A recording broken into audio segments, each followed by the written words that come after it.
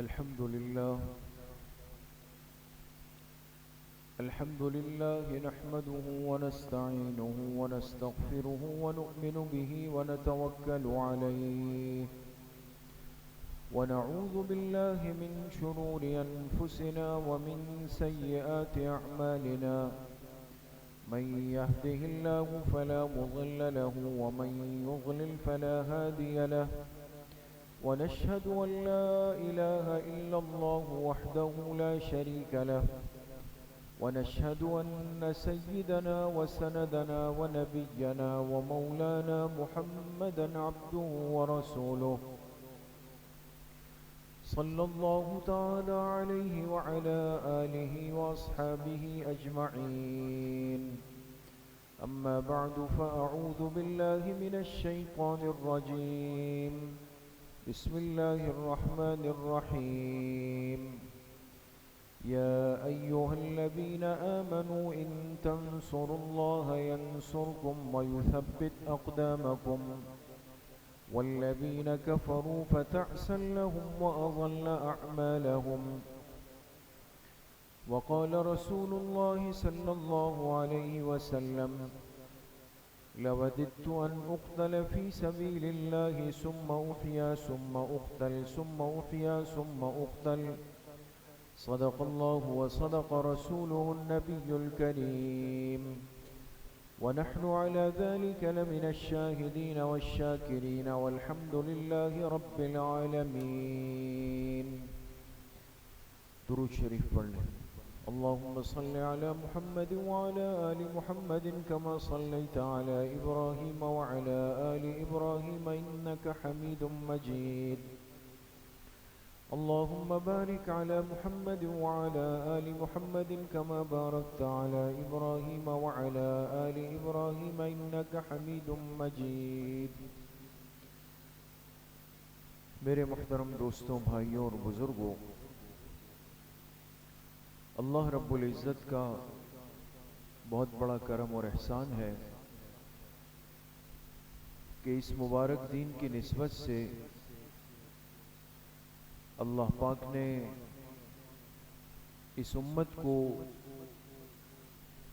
اس دنیا کی عارضی زندگی کے بعد اس آنے والی اس حقیقی اور ابدی زندگی پر، نہ ختم ہونے والی زندگی پر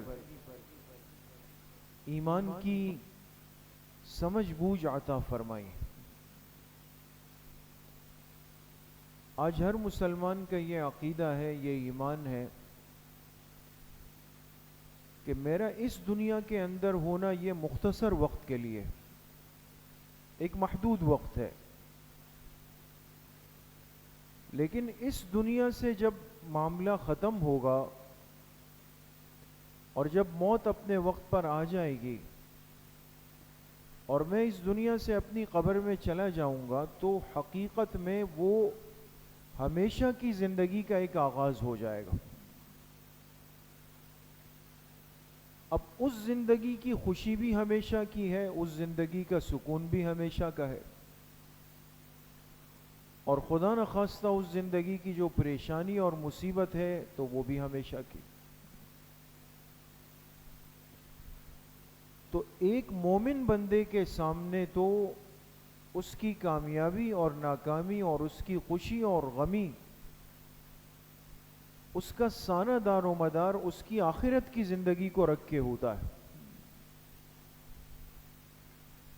اور وہ چاہتا ہے کہ اس دنیا سے جائے تو کامیاب ہو کر جائے، اس دنیا سے جائے تو ایمان کی سلامتی کے ساتھ جائے، کلمے والی موت لے کر اس دنیا سے جائے. اس لیے دنیا کی یہ سردی گرمی اور اس زندگی کے یہ نرم گرم حالات اور یہ مصائب اور پریشانیاں اور یہ عجیب و غریب باتیں اور پریشان کن خبریں، یہ باطل کو اور کافر کو اور اللہ کے نافرمان کو تو پریشان کر سکتی ہے، لیکن مومن کبھی ان باتوں سے پریشان نہیں ہوتا.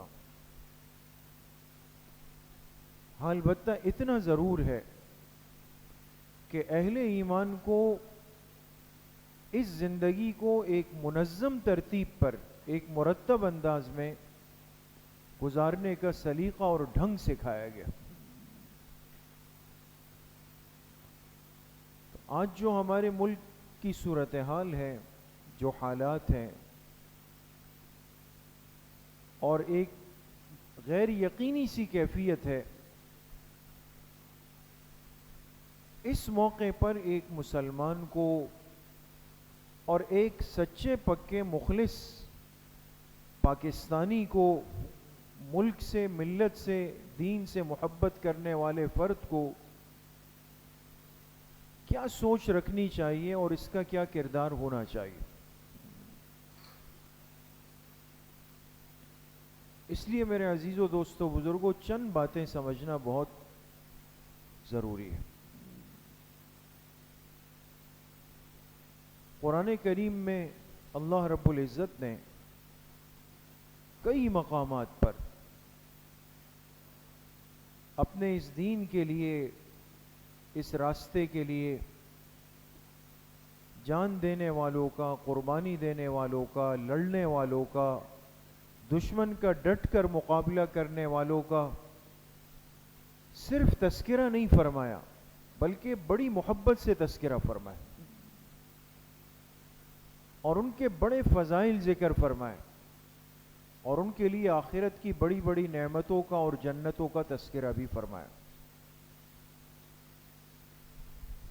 اس سے یہ بات متعین ہو گئی کہ ہمارے اس دین کے اندر ایک عمل ایسا ضرور رکھا گیا، اور صرف رکھا نہیں گیا، اس عمل کو رکن فرمایا گیا، اس کو فرض فرمایا گیا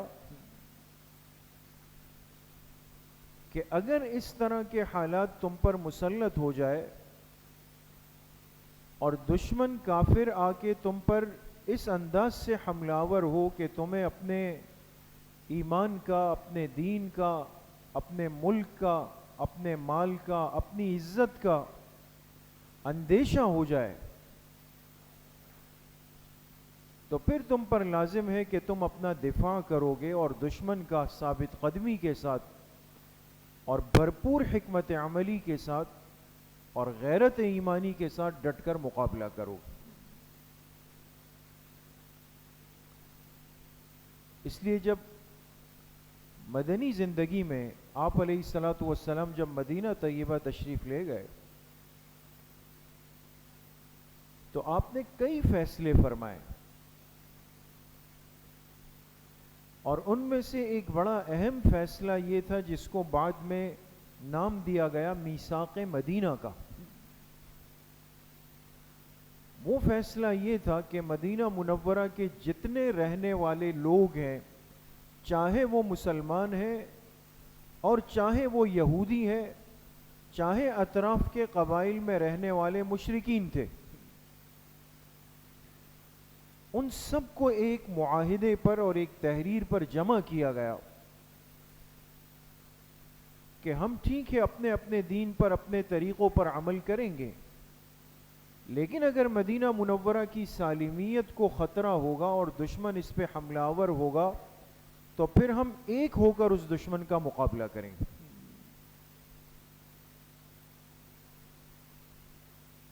اس میں یہود بھی شامل کیے گئے، اس میں قبائل کے لوگ بھی شامل کیے گئے، یہ سب اس کے اندر موجود تھے.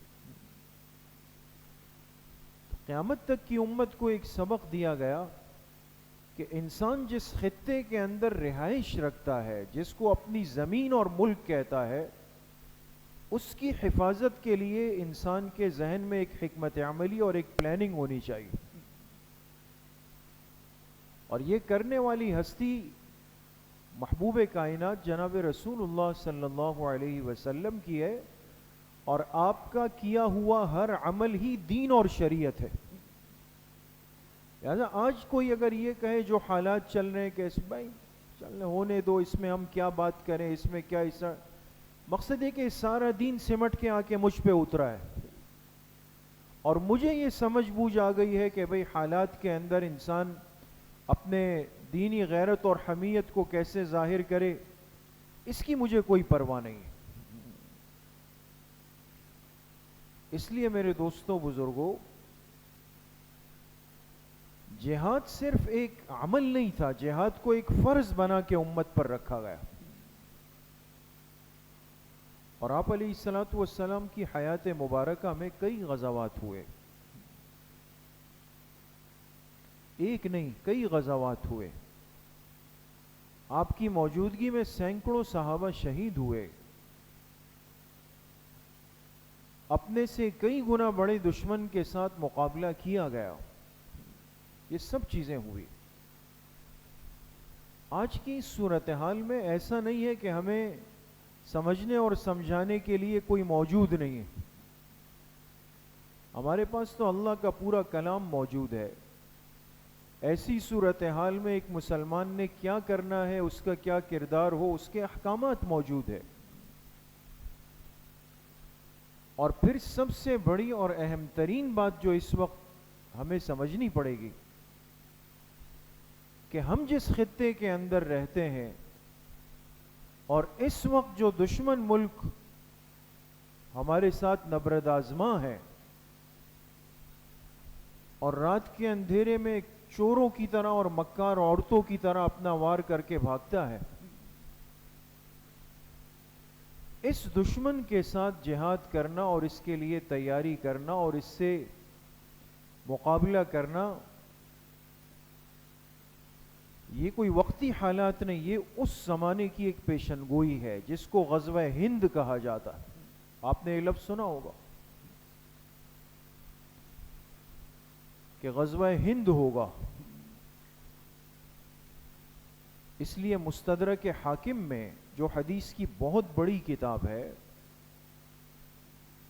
امام حاکم رحمۃ اللہ علیہ نے روایت نقل کی ہے کہ جناب نبی کریم صلی اللہ علیہ وسلم نے فرمایا ستکون فی هذه الامة بعث الى السند والہند. آپ تو ہند کی بات کرتے ہیں، اس میں تو سندھ کا لفظ بھی آیا ہے دوستو، صحیح روایت ہے. آپ نے فرمایا میری اس امت کے اندر ایک لشکر تشکیل پائے گا اور ایک لشکر تیار ہوگا. وہ کہاں جائے گا؟ فرمایا وہ سندھ اور ہند میں آئے گا. وہ سندھ اور ہند کے اندر آئے گا. اور آپ علیہ الصلوۃ والسلام نے فرمایا کہ جو اس لشکر کو پانے کا موقع مل جائے جس کو، اور وہ اس کے اندر شریک ہو گیا اور جا کے اس کے اندر قربان ہو گیا، وہ میری امت کا افضل ترین شہید ہوگا.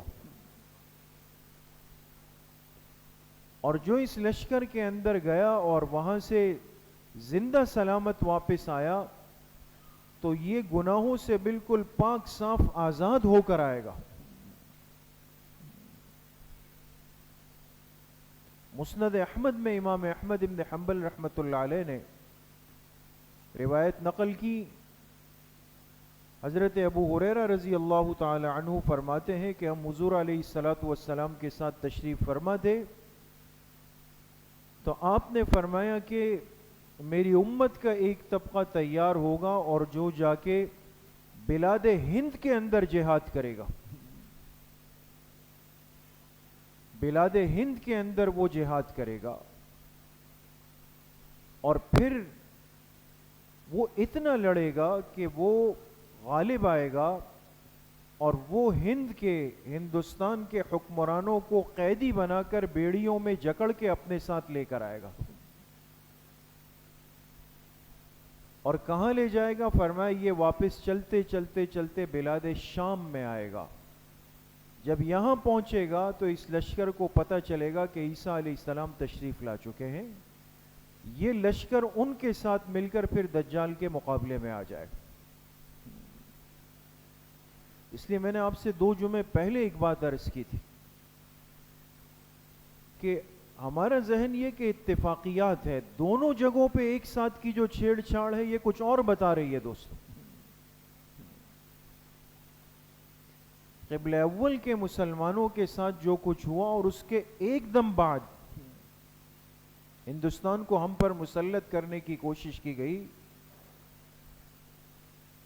یہ دو لشکروں کا تذکرہ کہ جو بلاد ہند میں لڑے گا، پھر یہاں کے بادشاہوں کو قیدی بنا کر بیڑیوں میں جکڑ کے لے جائے گا، شام میں جا کے حضرت عیسیٰ علیہ السلام کے لشکر کا حصہ بنے گا، اور پھر دجال کے ساتھ وہ اس کے مقابلے میں جہاد کرے گا۔ اس وقت پوری دنیا کے نقشے پر دیکھا جائے تو ایک فلسطین کا مسئلہ ہے جہاں دجال نے آنا ہے، اور ایک پاکستان ہندوستان کا مسئلہ ہے جس کے ساتھ غزوہ ہند ہونا ہے۔ دونوں جگہوں پہ جنگی حالات گرم، لیکن پیشن گوئی ہے، اور اس کائنات کے محبوب کی پیشن گوئی ہے کہ ہند میں لڑنے والا لشکر وہ کامیاب ہوگا انشاءاللہ۔ اسی طریقے سے آپ علیہ السلام نے فرمایا میری امت کے دو طبقے بنیں گے، اور دونوں طبقوں کو اللہ جہنم کی آگ سے خلاصی دیں گے، جنت میں داخل فرمائیں گے۔ اس میں ایک طبقہ وہ ہوگا جو ہند کے بادشاہ سے جا کر جہاد کرے گا، اور دوسرا وہ ہوگا جو دجال کے مقابلے میں آ جائے گا۔ اس لیے میرے عزیزو دوستو بزرگوں، اس میں تو پریشان ہونے کی ضرورت نہیں۔ مسلمان تو ہر حال میں، ہر صورت کے اندر کامیاب ہے۔ جہاد کے حالات کا بننا یہ تو ایسا ہے جیسے اذان کے بعد نمازیوں کا جمع ہونا۔ یہ امت کیوں پریشان ہو رہی ہے؟ کیا موت بستر پہ نہیں آ سکتی؟ موت گھر میں نہیں آ سکتی؟ چلتا پھرتا آدمی ایک دم گر کے دنیا سے نہیں چلا جاتا؟ کہ آج لوگ پریشان ہیں کہ بھئی پتہ نہیں کیا ہو جائے گا، رات کو کیا ہو جائے گا، دن میں کیا ہو جائے گا۔ جو ملک بنا ہی کلمے کی بنیاد پر تھا، اسلام کی بنیاد پر تھا، اسلام کے نظام کے لیے تھا، اور امت مسلمہ کے لیے بنا تھا، تو آج تو یہ ایک آزمائش اور امتحان کی گھڑی ہے، اور ہم سب کی ایک غیرت ایمانی کا امتحان ہے دوستو۔ اس میں کمزور باتوں سے، سطحی باتوں سے، بیکار کی باتوں سے، بزدلی کی باتوں سے، پریشانی کی باتوں سے اپنے آپ کو نکالیں، اور قرآن کریم نے جو تربیت کے انداز میں امت کی رہنمائی کی، یا ایھا الذین آمنوا اذا لقیتم فئۃ فاثبتوا، سب سے پہلا سٹیپ اور بنیاد وہ کیا فرمائیں؟ اگر تمہاری دشمن سے مدبھیڑ ہو جائے اور وہ تمہیں للکار رہا ہو، تو سب سے پہلی اور بڑی ذمہ داری یہ کہ فثبتوا، تم ثابت قدم ہو جاؤ۔ اب اپنے آپ کو کچا مت بناؤ، اب کمزور مت بناؤ اپنے آپ کو، اب مضبوط ہو جاؤ، ڈٹ جاؤ۔ چاہے تعداد کم ہے، وسائل کم ہے، افرادی قوت کم ہے، جو بھی ہو، لیکن ثابت قدم ہو جاؤ ابھی۔ وَاذْكُرُوا اللَّهَ كَثِيرًا، اور اس کے ساتھ ساتھ ایک مومن بندے کی استقامت اور ثابت قدمی میں جماؤ پیدا ہوتا ہے جب وہ اللہ کو کثرت سے یاد کرتا ہے، اللہ سے اپنے تعلق کو مضبوط کرتا ہے۔ تو کیا کرو؟ وَاذْكُرُوا اللَّهَ كَثِيرًا لَعَلَّكُمْ تُفْلِحُونَ، اب اللہ کا ذکر کثرت سے کرو، اللہ کو یاد کرتے رہو۔ وَأَطِيعُوا اللَّهَ وَرَسُولَهُ، تیسری چیز اللہ اور اللہ کے رسول صلی اللہ علیہ وسلم کی اطاعت۔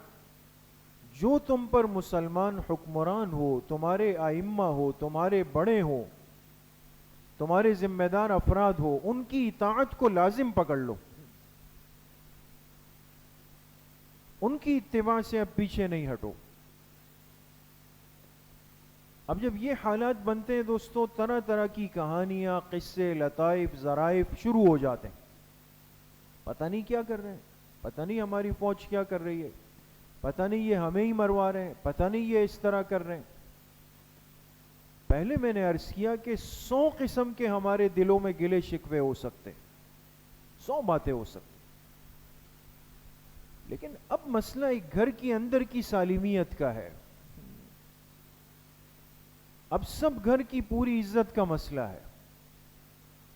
اب آپس کی لڑائی کو، آپس کے اختلاف کو، آپس کی باتوں کو کچھ دیر کے لیے نظر انداز کرنا پڑے گا، ورنہ باہر کے دشمن کو محنت کی ضرورت ہی نہیں پڑے گی. قرآن کہتا ہے اس موقع پر کیا کرو، امیر کی اطاعت کو مضبوط پکڑ لو.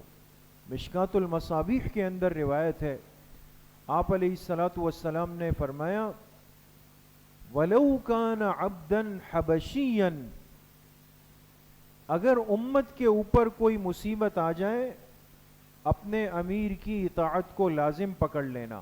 صحابی نے عرض کی کہ اللہ کے رسول صلی اللہ علیہ وسلم چاہے وہ امیر فاسق ہو؟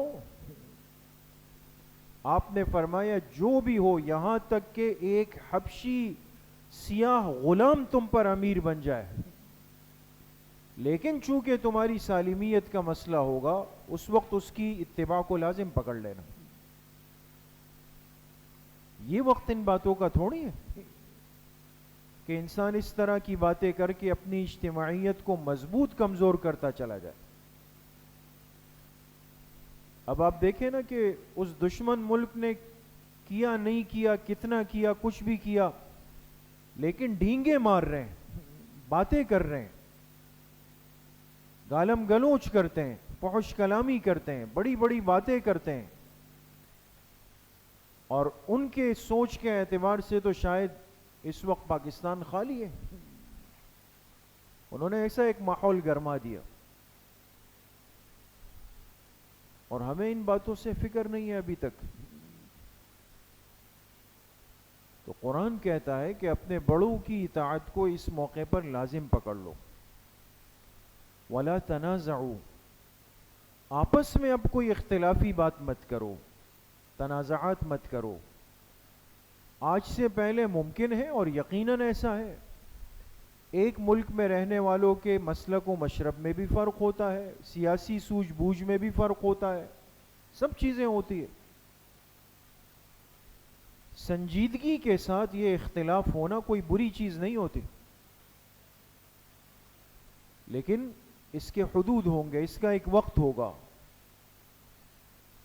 لہذا دشمن ملک ہم پہ حملہ آور ہو اور وہ ہمارے مراکز کو نشانے پر رکھ لیں اور اس کے بعد ہم کہیں کہ نہیں جی میں تو اس مسلک کا ہوں، میں تو اس سیاسی جماعت کا ہوں، میں تو اس قائد کے پیچھے چلنے والا ہوں، میں تو اس پارٹی کا ممبر ہوں، یہ بچکانہ باتیں کیا کریں گی؟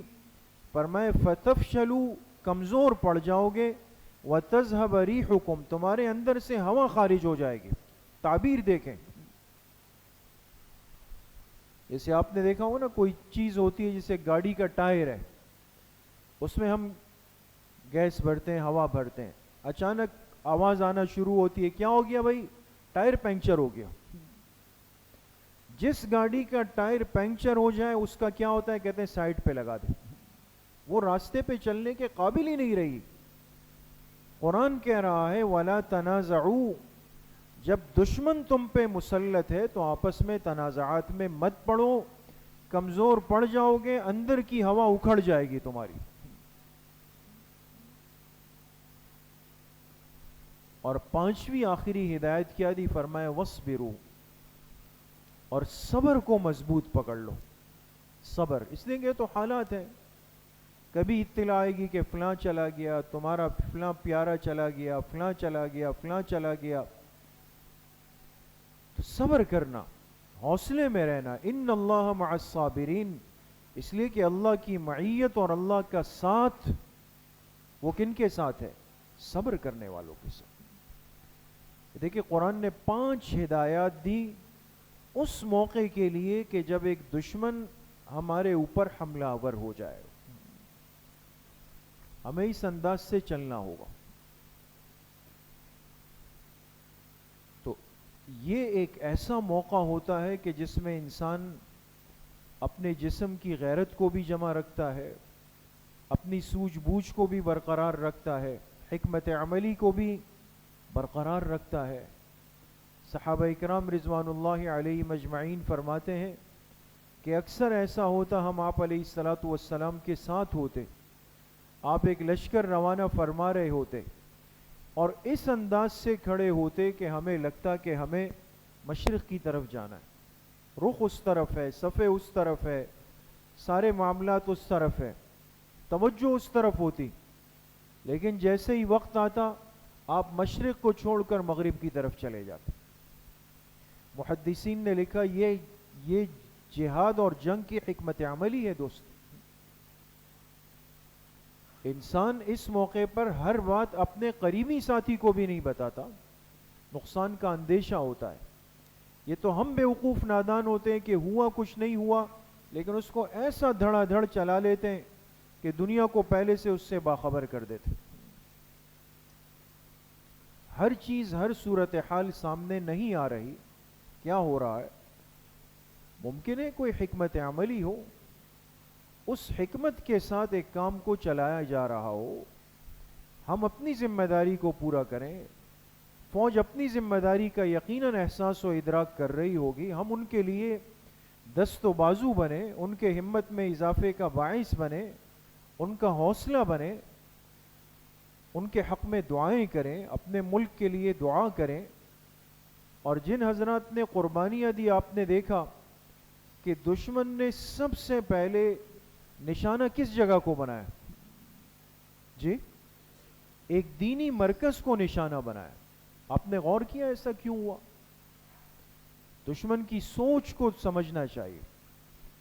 ایک ایسا مرکز جس میں دین کی تعلیم دی جا رہی ہے، جس میں اسلام سکھایا جا رہا ہے، جس میں ایک بچے کو اچھا مسلمان بنایا جا رہا ہے، وہ دشمن سمجھ چکا ہے کہ ذہنی طور پر، مزاجی طور پر یہی وہ جگہ اور وہ مقامات ہیں جہاں سے اس فوج کو ایک سپلائی لائن مل جاتی ہے۔ لہذا اس علم کے مرکز کو پہلے نشانہ بناؤ۔ یہ وہ جگہ ہے جہاں سے ایک تربیت ملتی ہے کہ دشمن کے مقابلے میں مرنے والا ناکام نہیں، وہ شہید ہو کے کامیاب ہے۔ جس جگہ سے امت کا حوصلہ بڑھتا ہے، جس جگہ سے امت کی دینی تعلیم اور تربیت ہوتی ہے، اس مرکز کو انہوں نے ہر چیز سے پہلے نشانے پر رکھا۔ ایک بہت بڑا سبق ہمیں حاصل ہونا چاہیے کہ ایسا کیوں ہوا۔ اس نے ہر اہم چیز کو بائی پاس کیا، نظر انداز کیا۔ جب وہ اتنی دور سے آ کے اندر ایک مرکز کو، اور اس سے ہٹ کر آپ نے دیکھا کہ جو اساتذہ کی رہائش گاہ تھی، جس میں ان کی مستورات اور بچے تھے، اس گھر کو جا کے اٹیک کر دی، ان کے بچوں کو نشانہ بنا دیا۔ لیکن سلام ہے ان لوگوں پر، ان کے حوصلے پر، ان کی ہمتوں پر کہ ایک گھر سے 14 جنازے اٹھے، لیکن انہوں نے اپنے آپ کو خوش نصیب لکھا کہ ہم تو خوش نصیب لوگ تھے۔ اور انہوں نے کوئی رونا پیٹنا، چیخنا چلانا، کوئی ماتم، کوئی بے صبری، کچھ بھی نہیں۔ اس لیے میرے عزیزو، دوستو، بزرگوں، یہ تو اللہ پاک کی طرف سے انتخاب ہے، وقت ہے۔ لہذا اس موقع پر اپنی ہمت کو کمزور نہیں کرنا ہے، بزدلی کی طرف نہیں آنا ہے، پریشانی کی طرف نہیں آنا ہے، بلکہ یہ وہ وقت ہے کہ ہمیں بہت ساری باتوں سے عبرت حاصل کرنی چاہیے، خاص طور پہ اس امت کے نوجوان طبقے کو۔ ہم نے افسوس یہ کتنے سال ان کی معاشرت کو امپورٹ کیا، ان کی معاشرت اور طرز زندگی کو پسند کیا اپنے لیے، ان کے گانوں کو سن کر ہماری مجلسیں آباد ہوئی، ان کے فلموں اور ڈراموں اور اداکاروں کو دیکھ کر یہاں کے نوجوانوں نے اپنے انداز و اسٹائل بنائے۔ ہم نے ان سے یہ اخذ کیا کہ ہمیں یہ کرنا چاہیے۔ آج وہی ہمارے اوپر مسلط ہوا اور اس نے کہا ہم ایسا ایسا کر لیں گے ان کے ساتھ۔ قوم کی تربیت الگ چیز ہوتی ہے دوستوں، اس ذہنیت کو بنانا پڑتا ہے۔ لیکن افسوس یہ ہے کہ جب فکر مند لوگ، اہل دین، اہل علم، اہل تقوی، وہ نوجوانوں کی ذہنی تربیت کی طرف آنے لگتے ہیں تو یہ باطل بیچ میں آ کے رکاوٹ بن کے کہتا ہے ہمارے نوجوانوں کی ترقی رک جائے گی. تو آج وہ غیرت کہاں کتنی، یعنی ہمیں اس پہ افسوس ہونا چاہیے. اس لیے میرے عزیزو دوستو بزرگو، اللہ نے عقل دی ہے، سمجھ دی ہے، صلاحیت دی ہے. اسی لیے فرمائے نا، عقل ہے تیری سپر، عشق ہے شمشیر تیری. سپر جانتے ہیں دوستو؟ ڈھال کو کہتے ہیں.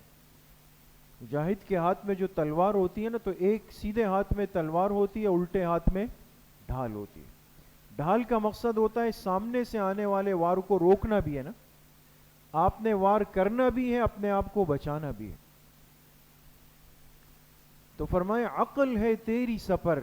اللہ نے جو عقل دی ہے نا مسلمان کو، یہ ڈھال ہے. اور عشق ہے شمشیر تیری، میرے درویش خلافت ہے جاگیر تیری. تم نے سوچ بہت کم کر لی. اللہ نے تمہیں پوری دنیا کی خلافت دینی ہے، سوچ کو بڑا کرو. ما سوی اللہ کے لیے آگ ہے تکبیر تیری. تم اپنے غیرت ایمانی سے اللہ اکبر کہو تو صحیح، یہ اللہ اکبر اللہ کے غیر پہ آگ بن کے برس جاتی. عقل ہے تیری سپر، عشق ہے شمشیر تیری، میرے درویش خلافت ہے جاگیر تیری. ما سوی اللہ کے لیے آگ ہے تکبیر تیری. تو مسلمان ہے تو تقدیر ہے تدبیر تیری. کی محمد سے وفا تو نے تو ہم تیرے ہیں، یہ جہاں چیز ہے کیا لوح و قلم تیرے ہیں. اللہ پاک ہم سب کو صحیح عمل کی توفیق نصیب فرمائے. الحمدللہ رب العالمین، والصلاة والسلام.